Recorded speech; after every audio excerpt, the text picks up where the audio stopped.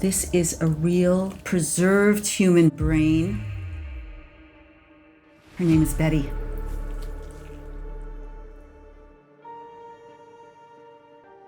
Holy cow. Can I give you some gloves? Oh my God. There you go. Ooh, okay. Okay. I don't want to drop her. Oh, it's lighter? Oh, no, it's not. It's heavier than I thought. heavier. I can't believe this was in a person. What does the power of moving your body do to your brain? Every single time you move your body, you are releasing. Can you explain why exercise increases your energy? One of my favorite findings is, as Japanese Americans, we don't say I love you to each other. But when my father had this dementia diagnosis, I was like, gosh, you know what? I want to start saying it. I had the conversation with my dad, and it was a little less awkward with him because I knew my mom said yes, and I knew my dad would say yes. The reason why I started telling the story is that the following week I called back again, and my I love you with my mother was significantly less awkward. But my father said, I love you first. And he remembered after a whole week, he was in the middle of dementia. He didn't remember anything. But he remembered that we had agreed to say, I love you. And he said it first. The emotional resonance of his adult daughter asking for the very first time to say, I love you, it formed a new memory in my dad. And that was obviously something that I'll always remember. Oh my God, I think you're crying over the brain, for crying out loud.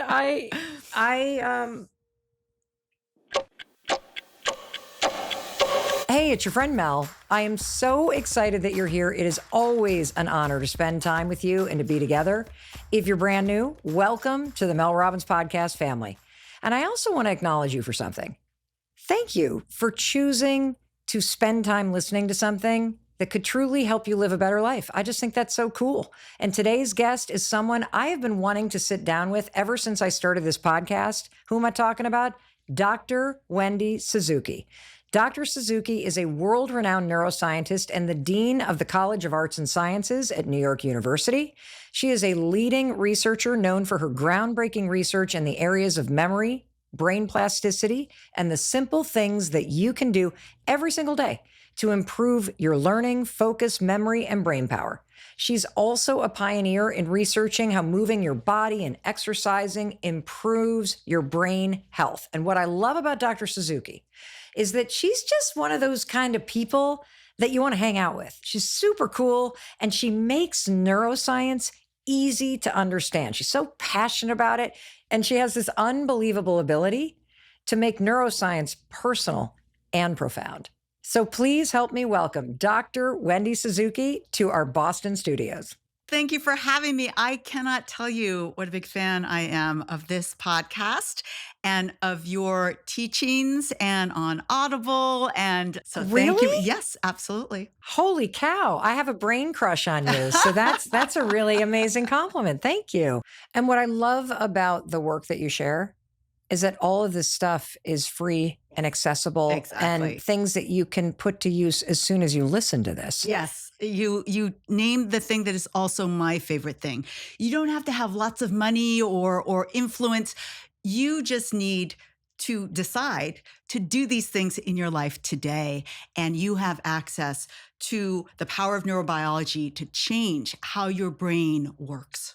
I have to say, if you're listening to this and not watching YouTube, she is exploding with energy and vitality. And I am so excited to dig into this because you not only walk the talk, as you say, but you can feel it in the energy that you bring just by how you're moving through your day-to-day life. And one of the things that I also love about your work is that some of the simple changes in the science that you're about to share with us today can impact somebody's mood or focus or well-being starting today. Absolutely. Can you speak a little bit to that? Like what somebody might expect as an immediate impact? Yeah. So, what you're going to learn is really about the power of neurobiology, the power of the neurobiology of movement on your brain, of meditation on your brain. I hope we get to sleep in your brain.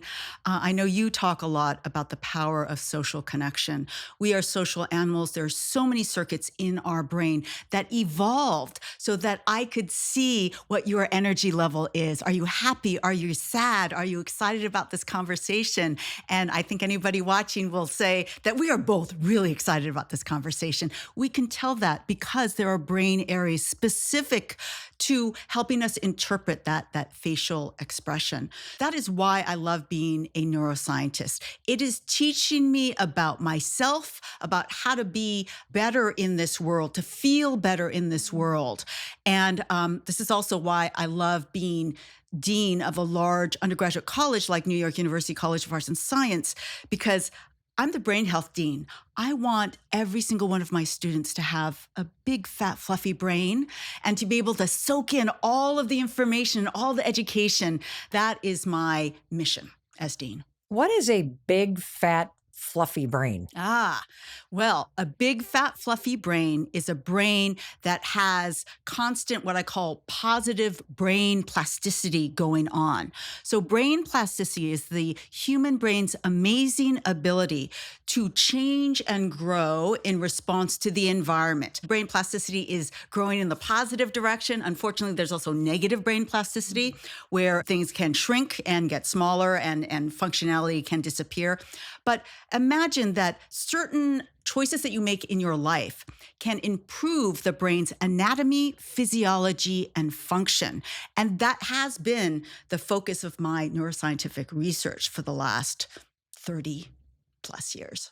That is so cool. And when I hear the word plasticity and neuroplasticity and the fact that your brain can grow, are you talking about like it can actually get bigger or smaller? Or are you talking about the like insides of it can change? What do you mean like for a normal person like me when you say your brain can grow positive or negative? So let's take the positive. My brain can grow in the positive direction. Certain brain areas, in fact, my very favorite area of the brain called the hippocampus, critical for our ability to form and retain new long-term memories. That is one of only two brain areas in the human brain where brand new brain cells can be born in adulthood. So you and I are already growing brand new shiny hippocampal cells. And one of the wonderful magical secrets that we'll talk about later is the fact that physical activity can actually help even more hippocampal cells grow. And yes, that means that your memory will get better. So not just cells growing, but positive brain plasticity also means that the connections between the neurons that are already there can grow. So you can have more connections. And that also, we know, can correlate to better performance, say, in your prefrontal cortex for focus and attention. As you're listening to Dr. Suzuki, I'm sure you're having the same thought I'm having right now, which is, boy, I wish I had taken a class from you in college. I mean, you are so exuberant about the topic that I cannot wait to just start to peel away the layers. Why is it important, just at a top level baseline understanding, to care about the health of your brain? That's such a great question. And my answer is that the human brain is the most complex structure known to humankind. Not Einstein's brain, not Marie Curie's brain, but your brain, Mel's brain, Wendy's brain, every single one of your listeners' brains. Imagine that, the most complex thing known to humankind. And everybody has things they do well, things they don't do well. That is so unique to you. It defines how you see, feel, smell, laugh about the world. And it's unique to you. The reason why you need to take care of that brain is really about taking care of who you are as a person. Your personal history is in there. Your future decisions are in there. And it truly is an awesome thing when you think about the structure of the brain. And that is part of my nerdy neuroscientific reason for doing all the things I do to make sure I do take care of my brain. So how would the person who's listening to us right now feel different in their day-to-day life if they were to prioritize their brain health as much as we tend to focus on the things we eat or taking care of our muscles? What would happen if you did this? So many different things. You would have lower levels of depression and anxiety, higher levels of energy. Your focus would be better. Your memory would be better. Your creativity would go up. All of these things come from the studies that have been done both in animal model systems and in humans about the effects of positive brain plasticity and bringing those elements into your life. Amazing. I would love to hear you share how you got interested in the brain and becoming a neuroscientist in the first place. Yeah, I have a very specific origin story of how I decided I wanted to become a neuroscientist. It was my first day of my freshman year at UC Berkeley. And I walked into a first-year seminar class called The Brain and Its Potential. Had no idea who taught this class, but I thought the title was interesting. And I remember walking into the class, there's only 15 students, and I saw this professor at the front of the classroom. And I describe her as kind of a neuroscientific Beyonce. She had like control. She was fierce, but in a very positive, welcoming way. She controlled that classroom. And she started telling us about how the brain was the most complex structure known to humankind. Then she put on these gloves and slowly and dramatically, she had a hat box in front of her. And she dramatically opened the lid of that hat box and she pulled out a real preserved human brain right there in front of all of us students who had never seen one before. And the gasp in that classroom was audible. And she told us about brain plasticity, which turns out she discovered. She discovered. Her name was Marion Diamond. She was the very first female PhD in neuroanatomy conferred by UC Berkeley ever. And in the 1960s, she and her colleagues discovered that the adult mammalian brain, she was studying rodents at the time, could change and grow in response to what she described as an enriched environment, which was, I like to describe it as the Disney World of rat cages. You compare the rats in Disney World of rat cages compared to more of a shoebox condition. Both rats got, free food and water. But if the adult brain couldn't change at all, which was the dogma of the time, then those experiences should have no effect on the brain. This is where she discovered that the outer covering of the brain, the cortex, actually grew in response to the Disney World of rat cages. And that was one of the very first demonstrations that the adult brain could change because of the environment that you live in.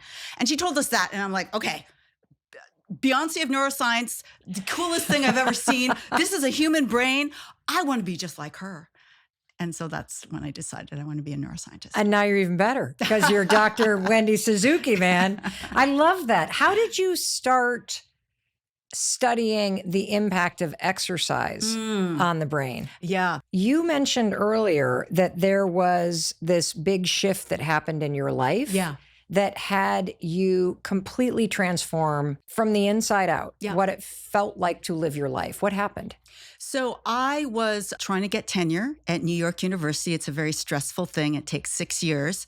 And basically, you have 6 years to show that you're a world-class scientist. And if you pass the test, you get a job for life. That's tenure. But if you don't, you're fired and you have to leave in humiliation. And so, for these 6 years, it's like, oh my God, am I going to be fired or am I going to be part of the club? And my strategy wasn't the best one.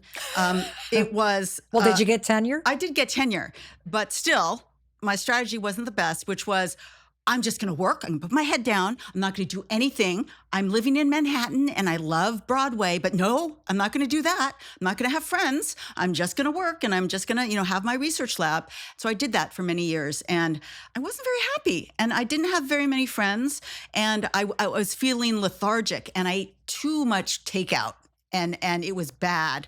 And the thing that started the boat turning around was I gave myself a vacation. I went on vacation by myself because I had no friends. And I went on this river rafting trip to Peru. And it was beautiful. And we were rafting every day. And there were these triathletes on the trip. And it was so much fun. But I quickly realized that I was the weakest person on this trip. Upper body strength was not my forte at that moment. And I came back thinking, okay, I don't want to feel that way on a trip like that. I want to keep going on trips like that. That was exactly what I needed. And to help me not feel like the weakest person on the trip, the most obvious thing for me to do was let's just go to the gym. Let's just add that into my just work all the time, workaholic life. And that's what started the shift. That regular gym going started me feeling better. And I started eating less takeout and added until I realized I did an experiment on myself. Oh my God, I feel so much better, which led me back to looking at the neuroscience of that because I was focused on another form of brain plasticity, which is memory formation. And forming new memories changes your brain, and that is really the most common form of brain plasticity. But I was getting back to my roots, back to Marion Diamond's experiments when I went to the gym and changed my life, because it turns out that in the Disney world of rat cages, you can ask, what was it? Was it the rides? Was it the social interaction? It was the running wheel that was in those cages. All you had to do was give a rat a running wheel, and they got the vast majority of all of those positive brain changes. And I'm like, oh my God, I've discovered my own Disney World of rat cages. It's my gym down the block. What was the moment where you had an epiphany as both Wendy trying to get herself back in shape and off the kind of miserable track versus Dr. Suzuki going, oh my God, I got to study exercise. That's it. Like, when did you have that moment where you're like, oh. I did have that moment. And it was a year and a half into my starting to go to the gym. I was feeling good. Do you remember where you were? Yep. I was sitting at my desk and I remember what I was doing. I was writing a grant. Very hard. It's like a horrible, stressful thing to write a grant. And it was so memorable because as I was sitting there writing a grant, I had this thought that went through my brain that had never gone through my brain before, which was, gee, grant writing went well today. That was good. That was a good session. You never think that. You're like, oh, I'm never going to get this grant. I'm going to be grantless. And but I had that thought, and I thought, wow, am I just having a good day? That's an amazing thought for me to have. Yeah. And I thought, well, you know what? The one thing that I've changed in my life recently for the last year and a half has been my physical activity. And then I started thinking about, well, why did grant writing go better that day? And two things came to mind. My focus, and I felt like my focus was better during that grant writing. Mm-hmm. But I also have hundreds of journal articles on my desk trying to pull together my multi-million-dollar idea. And you need memory for all those details. It's like, I think that was better too. Gosh, my focus and my memory are better. What's going on here? I was studying memory in my own lab. And then it's like, could the exercise, is that what's happening to me? And so it wasn't an aha, I'm going to study exercise. It's like, could that be it? And it actually sent me to the classroom, because when you want to learn something new, you always have to develop new classes. I decided to create a new class called Can Exercise Change Your Brain? I was going to answer my own question. Could exercise change my brain? You're a genius. You created a class. Yes. To help you answer the question, because then the class creates a format where you've got to dig into the research. Yes. Yeah. I mean, 2 for 1, right? I had to do it anyway. And I might as well answer the question that I was trying to answer. And then I thought, well, wait a second. If students are coming to my classroom every day, what if we all exercise together? And what if I do a study and test them at the beginning of the class and at the end of the class? But we'll all exercise together. So I'll turn it into an experiment. So I ran to my administrator and I said, can I have money to hire an exercise instructor so we'll all do exercise together? And she said, no. And I'm like, oh. And I went back to my desk and thought about it. And then I went back and I said, would you pay for me to get teacher training if I learn how to teach an exercise class? And she said, yes. And so I went to the gym and I learned how to teach the favorite class that I was going to in the gym called Intensati, that combined physical movements from kickboxing, dance, and yoga and martial arts. It's a very New York class. Patricia Moreno. I know her. Yes, you do. Yes. So she helped change my brain. And so I got training from Patricia. I had trained for 6 months. My cat could do Intensati really well because I did it so much in my apartment. And I went back and I taught this class. And so I turned the music on and they did it. They did it with me. And so many things changed in that moment. The invisible wall between the talking head at the front of the classroom and everybody else disappeared, because when you're shouting affirmations with professors like, oh, you're one of us, we can sweat together. And the level of engagement that I got from those students, that first we sweated for an hour and then we did an hour and a half of interactive discussion about what do we know about the effects of exercise on the brain. It set my bar for interactions that I want in every single classroom that I go into. I love that story for so many reasons, because I would imagine that was hugely out of your comfort zone. Yes. Yeah. And it illustrates the power of just leaning into something. And it also illustrates the fact that a no doesn't mean no. Yes. It just means now I got to find another way. Yeah, exactly. And you did. And the funny question that I had to ask my colleague, because if I'm going to do an experiment, I need a control class. And so I'm not the only one teaching an elective class. So I had to go to the guy that runs the lab next to mine. I'm like, are you teaching your elective class? And he said, yes. And I know they meet for exactly the same amount of time. And I'm like, do you make your students exercise during class? It's like, no. And I said, would you mind being the control? Because I would take 30 minutes, to have them do all the cognitive tests at the beginning and at the end. And he said, okay, I'll be your control class. And so I had my very first experiment. When you walked in, you were carrying a box. I was. Yes. And actually, Mel, that box shows that my undergraduate advisor is not the only one that has a hat box. Can I show it to you? Yes. I'm a little nervous. Dr. Suzuki's standing up and she has rubber gloves on top of a hat box. Yes. Okay, so what do we got here? Okay. A little nervous. Putting the gloves on. I'd love to show you what's in my hat box now. Okay. This is a real preserved human brain. Oh. And like in a person that was Yes. in a human being? Yes, this is a real preserved human brain. Her name is Betty, and she's the most photographed preserved human brain on the East Coast. Can I give you some gloves? You want me to hold it? Yeah. Okay. Okay. I think. Oh my God. There you go. Okay, let me put the gloves on. Hold Okay. on. Oh God. Okay. Is it normal to be nervous about handling a brain? Well, so, every time I pick this human brain up, I think this was somebody's life. This was somebody's whole personality here. And I feel so lucky that I get to have this specimen that has been in our department for over 26 years. So it's preserved in formaldehyde. Okay. But it does represent this person.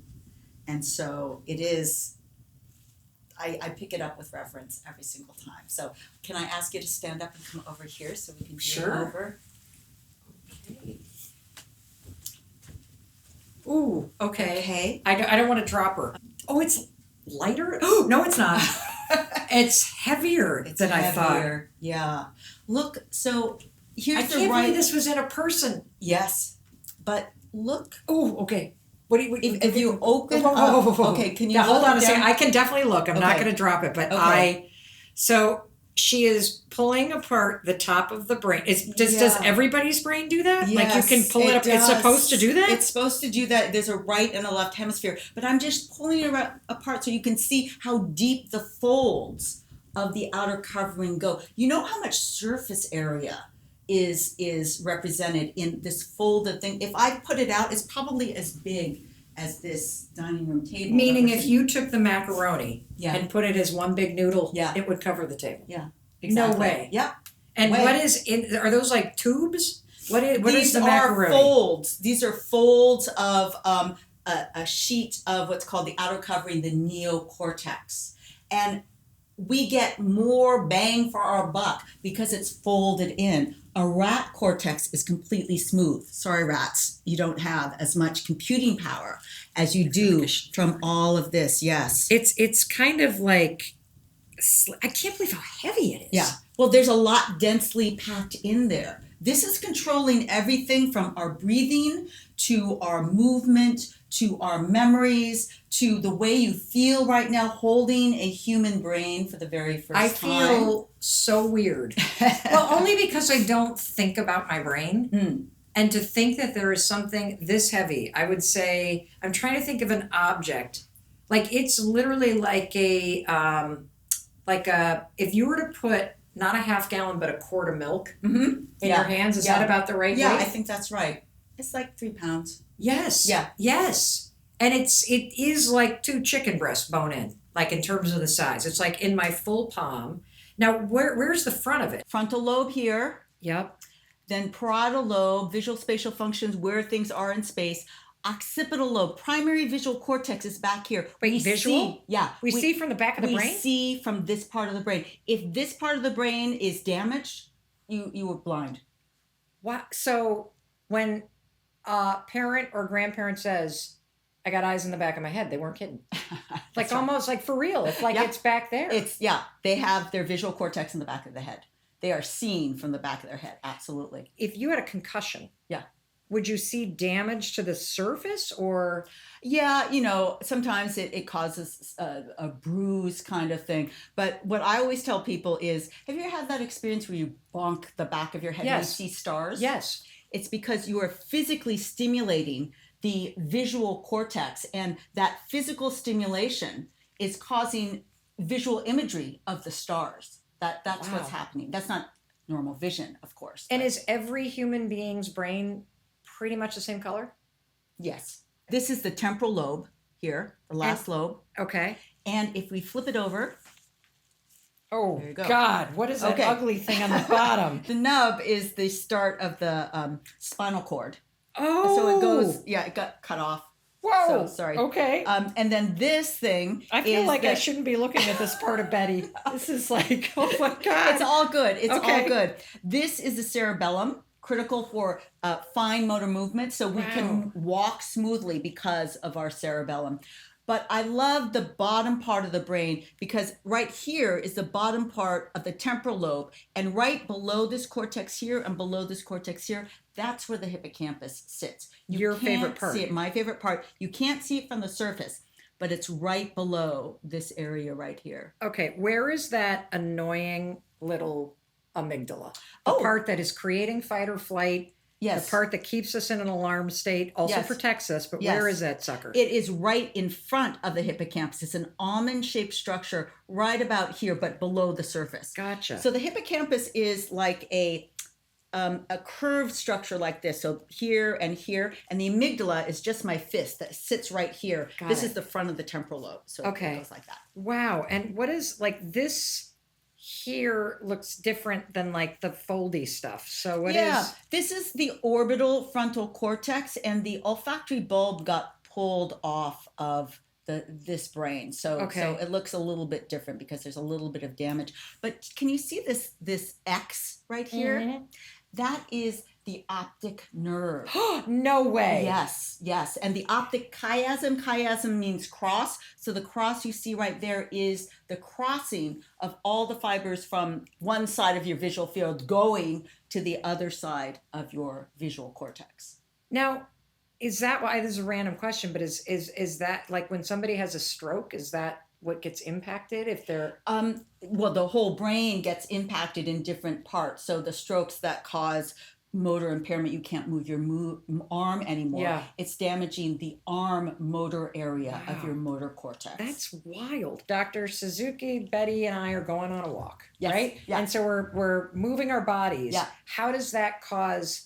Just the movement itself in the limbs triggers information that goes up into your brain? Is that how that works? Yeah, that's a great question. The exact mechanism of how dopamine and serotonin is triggered with physical activity is not that well known. But I go back evolutionarily to the fact that we are physical beings, despite the fact that all of us are just sitting in chairs all the time. And that is a long-term survival mechanism. That's why it makes us feel good, because we were made to move our bodies. And I guess we could just take advantage of it more because we're not moving enough. But that's what you get every single time. That is so cool. The other thing, sorry, we have to go back to the bottom.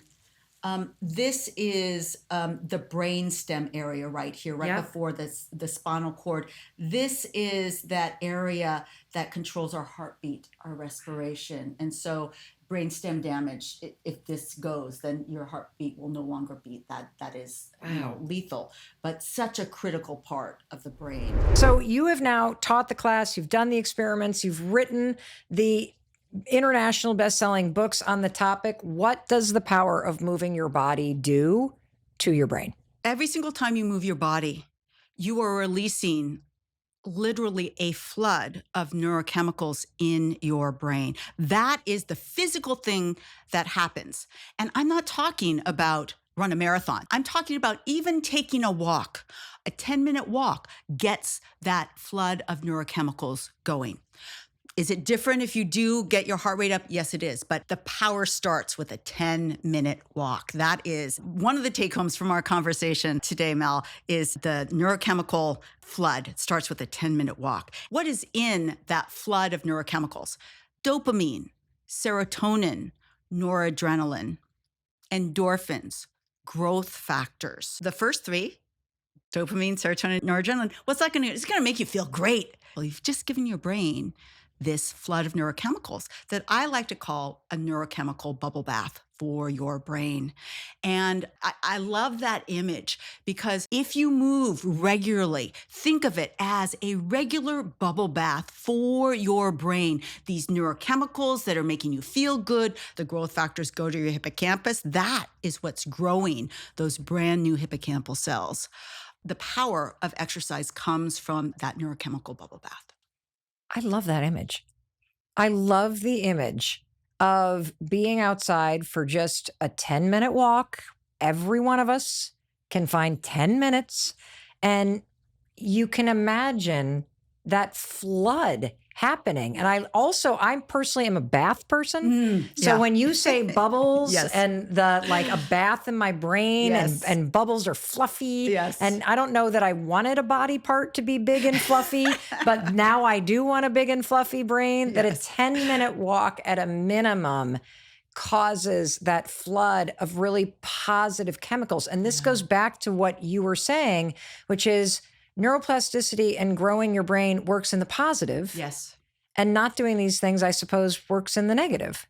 Well, the negative comes from the most common negative brain plasticity drivers, very familiar to all of us. Stress, chronic anxiety are two things that will cause retraction. So is the flood of all of those like superpower, do you call them chemicals or what are they called? Neurochemicals, neurotransmitters. Gotcha. So does the flood of all those neurochemicals relieve anxiety? Is that why taking a 10-minute walk, if you're feeling anxious, can make you feel better? It's because of the release of the neurochemicals. Yes. Yeah. The most common drugs that one gets prescribed for depression or anxiety are releasing forms of noradrenaline and dopamine and serotonin. So this is a natural way to get that. It's free. You don't even have to change your clothes. So that is just the magical power of moving your body for your brain. I love that. How does exercise improve focus? Improved focus is the most common positive effect that has been reported from studies of exercise on the brain. Easiest to find, improved focus. We know it's affecting the prefrontal cortex, and the mechanism of that and what exactly is happening is less clear than some of the other brain areas. We think that growth factors are also involved, and that it involves not growth of new brain cells in the prefrontal cortex, but new synapses. You get an immediate positive effect of focus from that same 10-minute walk, and with long-term regular exercise, your baseline levels of focus and attention go up. And that's where you expect to get, real physical change in your brain. Wow. I personally notice a increase in energy, which I always find to be weird because I'm usually dragging myself to the gym or dragging myself out of bed to go on a walk or a hike. Yeah. But when I'm done, even though I'm tired, I feel this boost of energy. Can you explain why exercise increases your energy? One of my favorite findings is in groups that were assigned the exercise condition, the motivation to exercise increased in them. So more exercise improves motivation to exercise. And the energy piece that you're talking about is likely due to the flood of dopamine and serotonin that go to your brain. Do you feel more energized when you're happy and when the reward that you get with dopamine? Yes, you are. So I'm going to say that it's probably most likely due to those same neurochemicals we've been talking about. Well, I was just thinking about this morning. So this morning, the alarm goes off at 5:35. Yeah. We've got a huge day in the studio. I'm super excited to meet you and to talk to you. And as I was rolling out of the hotel bed, my husband was down here with me. He's like, "Where are you going?" I'm like, "I got to go exercise." He's like, "But you have a huge day." And I'm like, "Because I need to be energized." And I know that if I go exercise at 6:00 in the morning, when I walk in that studio, I will be a different person. And so it was something that I realize I'm doing, especially on days that I want to perform. Yeah, me too. And can you explain a little bit about why, if you've got something big going on today, Yeah. starting your day with exercise is a really smart thing to do? Well, so it is going back to that wonderful flood of neurochemicals. You are starting your day in a good mood. You're improved your focus and attention, which we all need for a big day. You're also increasing your adrenaline in your body with exercise. What I love to do to supercharge that adrenaline boost every morning is hot-cold contrast showers. So I do my regular hot shower, but at the end, I push it all the way to maximum cold and boost. Okay, it was hard the first time I did it. It's really, but once you get used to it, that's a natural adrenaline boost. And that is like, I need that. If I forget, I go back into the shower. No. And I do go back into the shower to get it if I forget it. Because just like you need to be up. You need to be ready for that day. And that, together with exercise, are really powerful ways to get that energy up. So, Dr. Suzuki, I want to stop you right there because that is a second huge free takeaway. We talked about the 10-minute walk. Yes. We have talked about this flood of neurochemicals that you can get by moving your body. Yes. Now you are talking about a habit that you have as a neuroscientist, Yes. where you end every shower by spinning the dial from that amazing, steamy, awesome, warm shower. Oh, I love that feeling, don't you? And you start to feel a little tired. You're like, oh, do I really want to get out of the shower? Yeah. And then Dr. Suzuki's like, and she turns it up cold, and now she's stirring in freezing cold water. How long do you stand there? Yeah. And do you actually let it hit your head, or do you cheat like I do and you hit a shoulder? So I let it hit everywhere, but I'm used to it. The first time it was only a tiny little shoulder. It was like, oh, that's enough. But you get used to it, and now it's longer. I could do it much, much longer. And now I'm much more sensitive because different places you take showers have different coldness of the water. So yeah, I like it when places are really cold so I could really, test myself, because the colder it is, the bigger adrenaline boost that you get. And so now I'm sensitive to what that feels like in me. So the cold doesn't bother me. What I'm kind of addicted to is the adrenaline that comes with it. So for the person listening, if they wanted to try this, Yeah. and they were going to do it today or first thing tomorrow morning, and you turn the shower to cold. Yes. How long would you want them to try to stay in there? And what does it feel like when that adrenaline rush hits? Because I think when you do it the first time, your immediate reaction is get out of the shower. Right. Is that what you're waiting to feel? Or is it the get out of the shower thing and then you stay for a second or two to feel this like, hit your body? Like, what are you looking for so the person listening can try this at home? Yeah.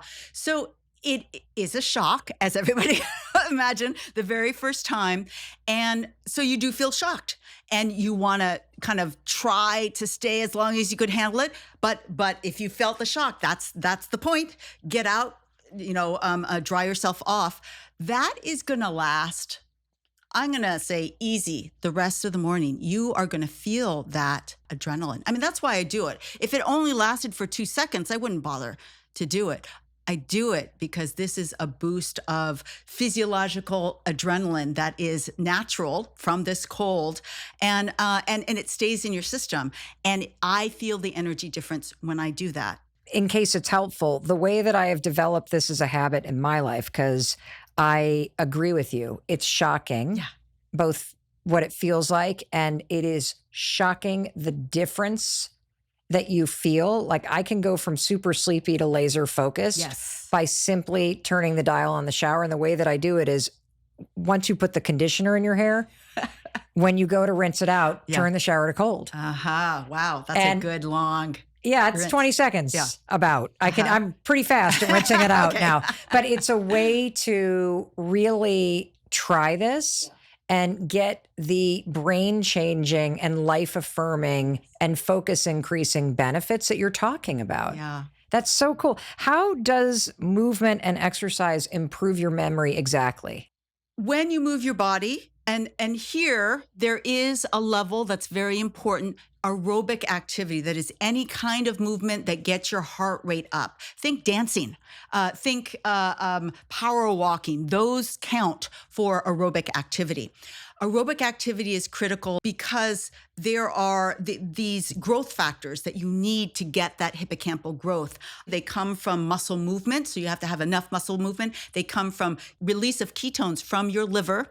And these growth factors get released kind of peripherally, go up into the brain, go directly to your hippocampus, and go into that part of the hippocampus where new brain cells are being born all the time. For anybody, whether you exercise or never exercise, you get new brain cells. But with more exercise, more growth factors get released and more new brain cells are born. And those new brain cells grow and integrate. And the cool thing we know about these new brain cells that are born in adulthood is they're kind of like teenage brain cells. They're really hyperactive and they want to get involved in all the memory circuits that the hippocampus is involved in. So they make your hippocampus work better. And we know an enormous amount about the physiology, the detailed physiology of the power of those brand new adult hippocampal brain cells. What type of memory does it help? Because, if you think about memory, I'm one of these people that I think due to chronic anxiety and undiagnosed ADHD, I don't have a lot of memories from my childhood, at least not that I'm conscious of. I know they're like in there somewhere, but I can't quite access them. Yeah. I know I was there for my childhood, but I can't quite remember a lot of it. And I know that's a very common thing. So is it impacting that kind of memory or the short-term working memory that you need if you're learning a new subject and you got to take a test?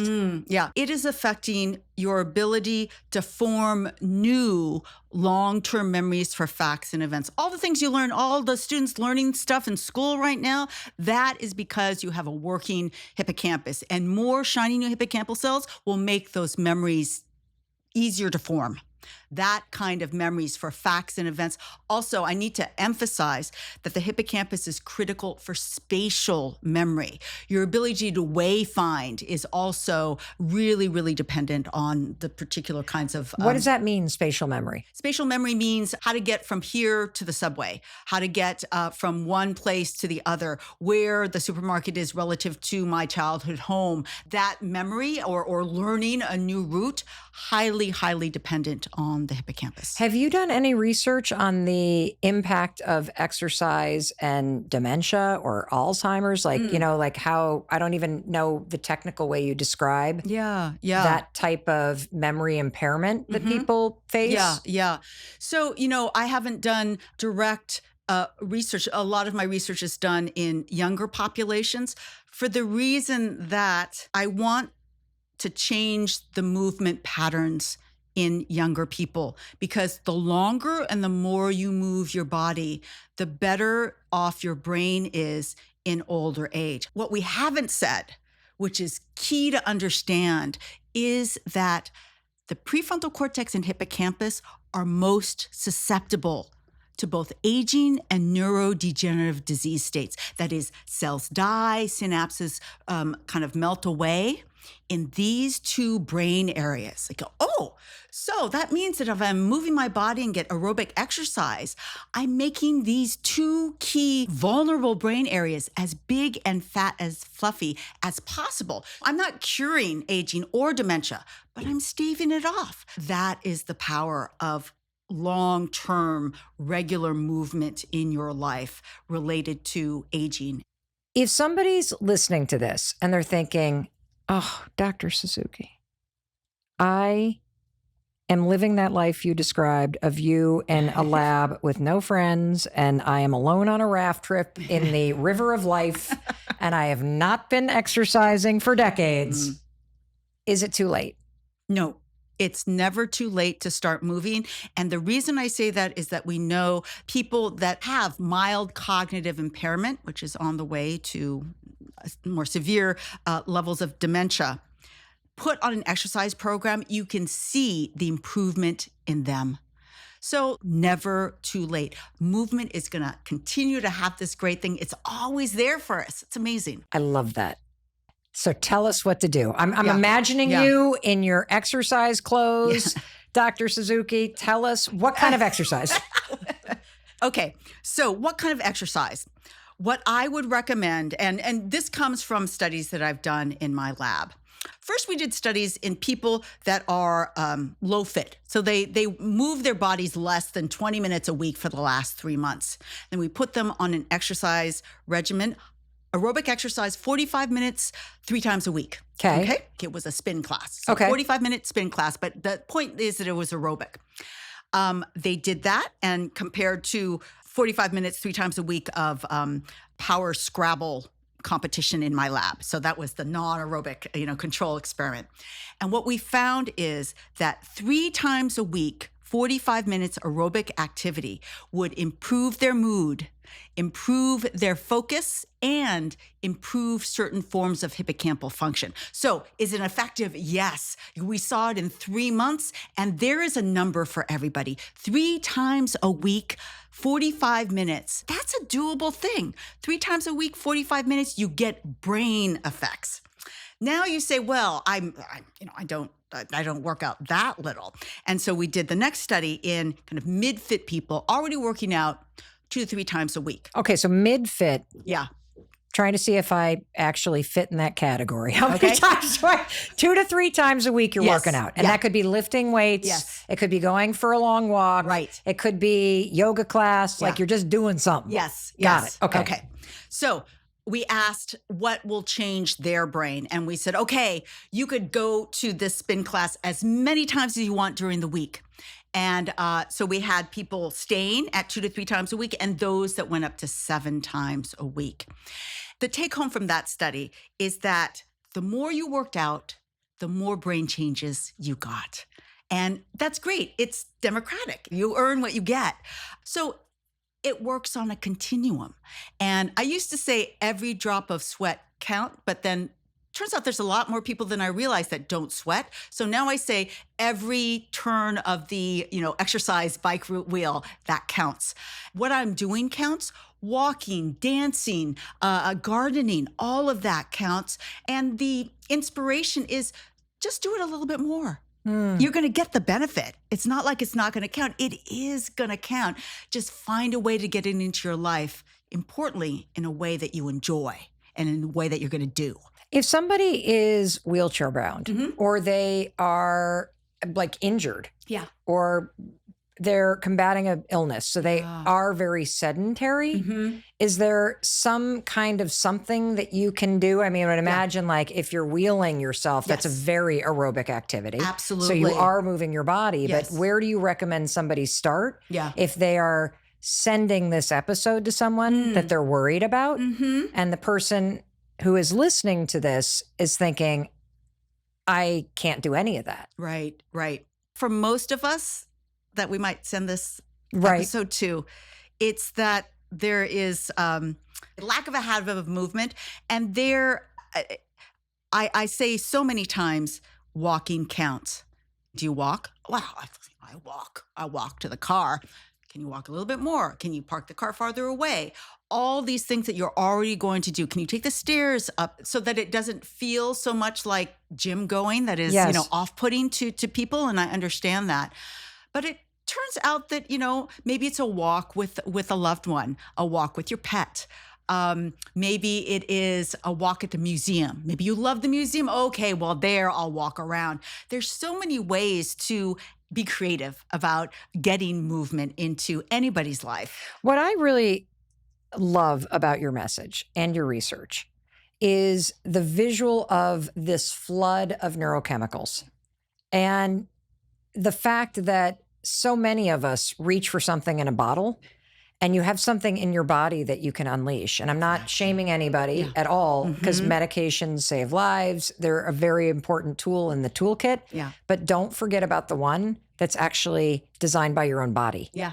And when you understand the science, it makes your resignation over the fact that you've let yourself go or you don't have a lot of time or what difference is a 10-minute walk or turning the dial to cold to get the blast of adrenaline. It actually makes a profound difference. It does make a profound difference. Little things, that's the thing. You don't have to completely change your lifestyle. In fact, it might be scary to say, I completely changed my life. But it started with that first class that I went. I still remember it was a hip hop dance class. I'm a terrible hip hop dancer, but I still went. And I was like, even though I was terrible, I still feel better. It might be different for you. It might be, I love this park and I'm just going to walk around this park that's near my house. It's convenient. The park's not going anywhere. It's always going to be there. What is that thing that you can do that will be easy for you to do to move your body? How does exercise improve longevity and decrease your risk for disease?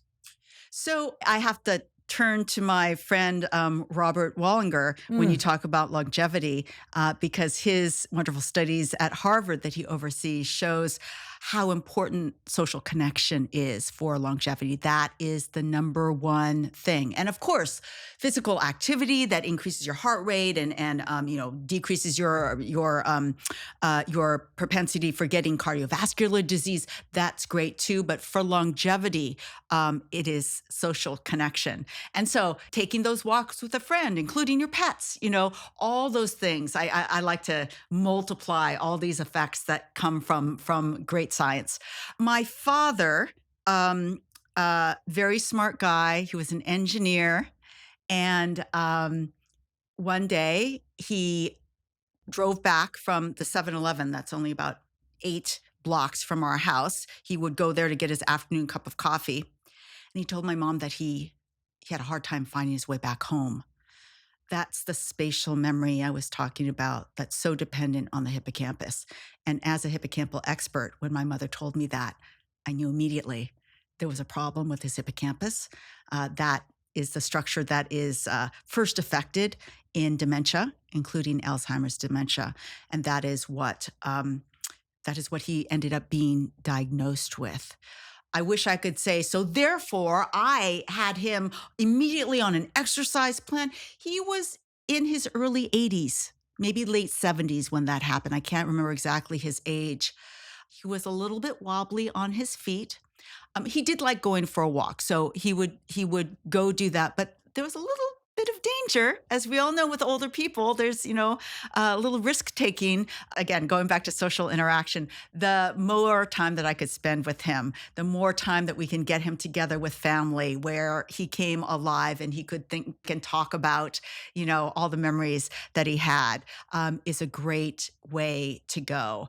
As Japanese Americans, I'm third generation Japanese American. My parents are second generation Japanese Americans. Other Japanese Americans out there will know we don't say I love you to each other, not because we don't love each other. It's just that you don't have to say that. It's just not part of our culture. But when my father had this dementia diagnosis, I was like, gosh, you know what?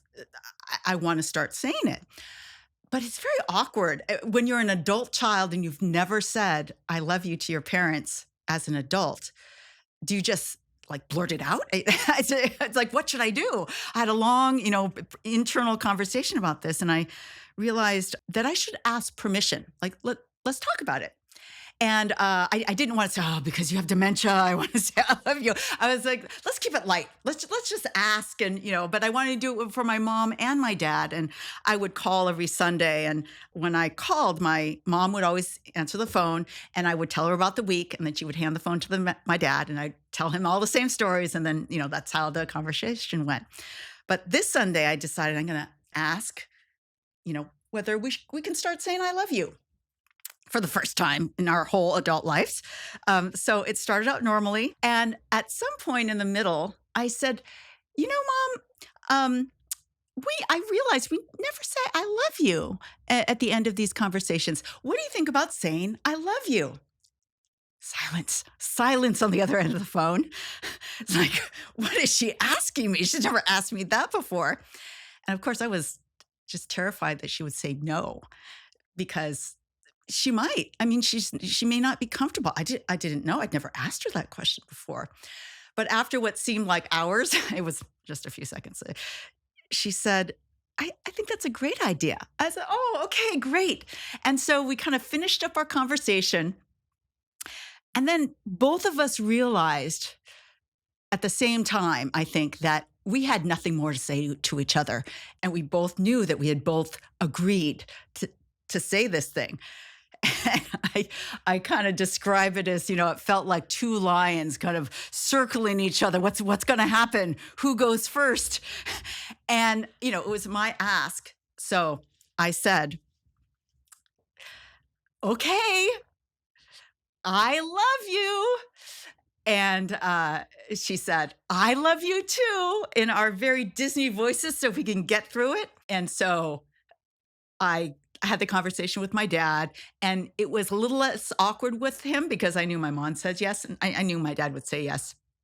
And so we agreed with my dad. We said, I love you, hung up the phone, and burst into tears because I had kind of changed the whole family dynamic of generations of not saying I love you. And that was a tipping point in my family kind of history, from not saying I love you to saying I love you. But the reason why I started telling this story is that the following week I called back again, and my I love you with my mother was significantly less awkward. But my father said, I love you first.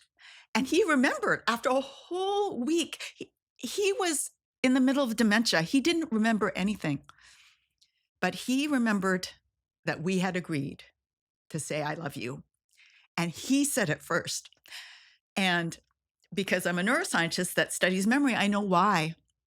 And it's because emotional resonance makes hippocampal dependent memories stick. And his hippocampus was not working well.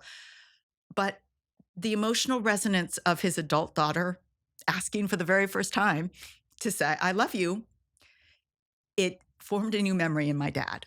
And that was obviously something that I'll always remember, because the last time I spoke to him, we also said, I love you. It's so beautiful. Oh my God. I'm just crying over the brain, for crying out loud.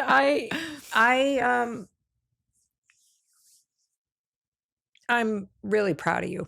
Thank you. For recognizing what you needed Mm. and also recognizing what your parents needed. Yeah. And asking for it. Yeah.